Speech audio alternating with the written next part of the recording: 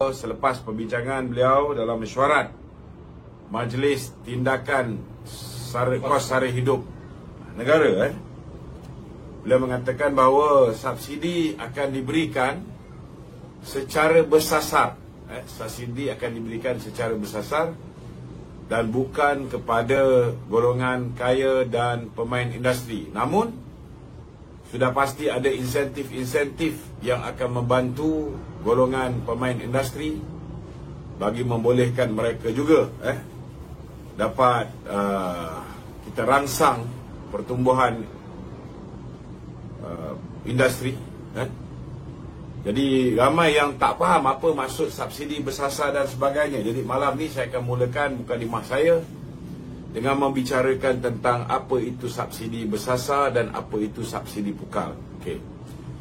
Tadi PM juga telah menyebut tentang subsidi minyak. Jadi subsidi minyak adalah satu contoh, tuan-tuan. Sebelum 1 Disember tahun 2014, subsidi minyak adalah sebahagian daripada subsidi pukal yang diberikan oleh Kerajaan Barisan Nasional. Apa maksud subsidi pukal? Subsidi pukal maksudnya jumlah subsidi kalau dikira dari segi bulan Jun tahun 2014, setiap liter RON 95 ialah RM1.93. Tetapi di dalam setiap liter ni, tuan-tuan, di dalam setiap liter ni ada subsidi kerajaan sebanyak 68 sen. Tak kira orang tu orang miskin ke, orang tu orang kaya ke, orang tu kelas menengah ke, semua orang bila beli minyak, dia akan dapat subsidi yang sama. Inilah yang dipanggil sebagai subsidi pukal, ataupun apa yang boleh kita jelaskan dalam bahasa Inggeris, ianya dipanggil blanket subsidi. Blanket subsidi ataupun subsidi pukal. Semua orang dapat sama, tak kira kaya, miskin dan sebagainya.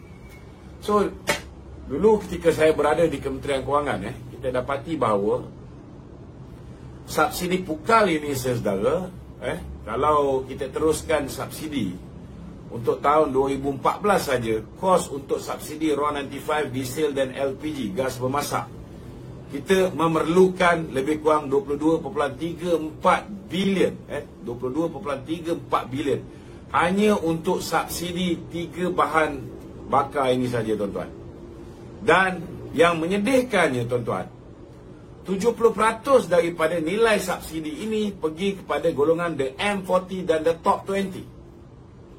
Itu sebab hari ini selepas dapat briefing daripada Governor Bank Negara, dapat briefing daripada Kementerian Kewangan, dapat briefing daripada KPDNKK, dapat briefing daripada Kementerian macam-macam kementerian tadi yang memberikan briefing kepada Yang Amat Berhormat Perdana Menteri.